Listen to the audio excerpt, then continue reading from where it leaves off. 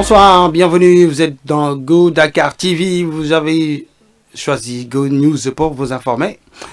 Et vous avez bien raison, on débute Go News avec le Premier ministre Ousmane Sonko qui a officiellement lancé lundi à Fass Touré, en village situé dans le département de Kébémer, la phase 2 du projet d'approvisionnement en eau potable en milieu rural.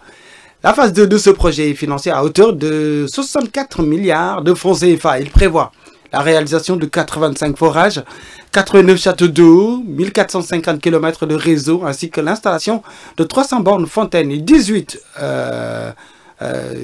200 branchements particuliers pour améliorer l'accès à l'eau potable de plus de 2 millions de personnes, a précisé le Premier ministre. L'importance de cette initiative vise à renforcer l'accès à l'eau pour plus de 2 millions de Sénégalais vivant en zone hors urbaine.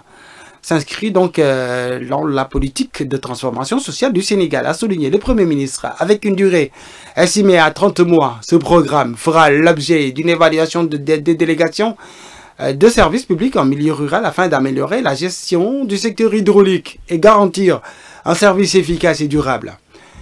Toujours dans ce même registre avec le Premier ministre Ousmane Sonko qui, à l'occasion de ce lancement officiel de la deuxième phase du projet d'approvisionnement en eau potable en milieu rural dont nous parlions à l'instant, s'est exprimé concernant l'impact de l'arrêt de l'aide au développement par l'administration Trump. Il a révélé que plusieurs projets cruciaux pour le développement du Sénégal, dont un d'une valeur de plus de 500 millions de dollars, ont été bloqués en raison de cette décision.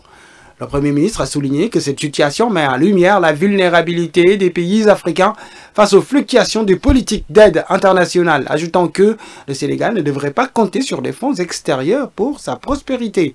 Sonko a plaidé pour un modèle de développement autonome s'inspirant de l'approche chinoise qui mise sur l'autosuffisance et l'innovation locale. Une déclaration qui intervient au moment où le Sénégal, comme d'autres pays africains, cherche à diversifier ses sources de financement et à réduire sa dépendance vis-à-vis de l'aide internationale. Pour rappel, le président américain Donald Trump a pris un décret portant suspension de l'aide au développement des USA pour une période de 3 mois. Cette décision va impacter dans des projets phares financés par les États-Unis au Sénégal, le MCC, Millennium Challenge Corporation, qui s'active dans le secteur de l'énergie, le temps qu'elle finisse son évaluation des programmes d'aide extérieure selon ses propos. Intéressons-nous à cette question écrite au ministre de la Justice, Ousmane Diagne, par la députée Marème Mbacké, qui a interpellé le garde des Sceaux sur l'autorité parentale. D'après la députée, la législation sénégalaise, dans le contexte du divorce et de voyage à l'étranger, ces dernières, donc les femmes qui divorcent, se retrouvent souvent dans l'incapacité de signer les documents de voyage de leurs enfants mineurs. L'honorable Marème Mbacké soutient que certaines mères divorcées font souvent face aux hommes qui utilisent cette autorité comme une arme de guerre contre elles. Dans sa question, la députée a souligné que la législation sénégalaise, en réservant exclusivement l'autorité parentale au père, pose des problèmes aux mères divorcées et à la garde de leurs enfants.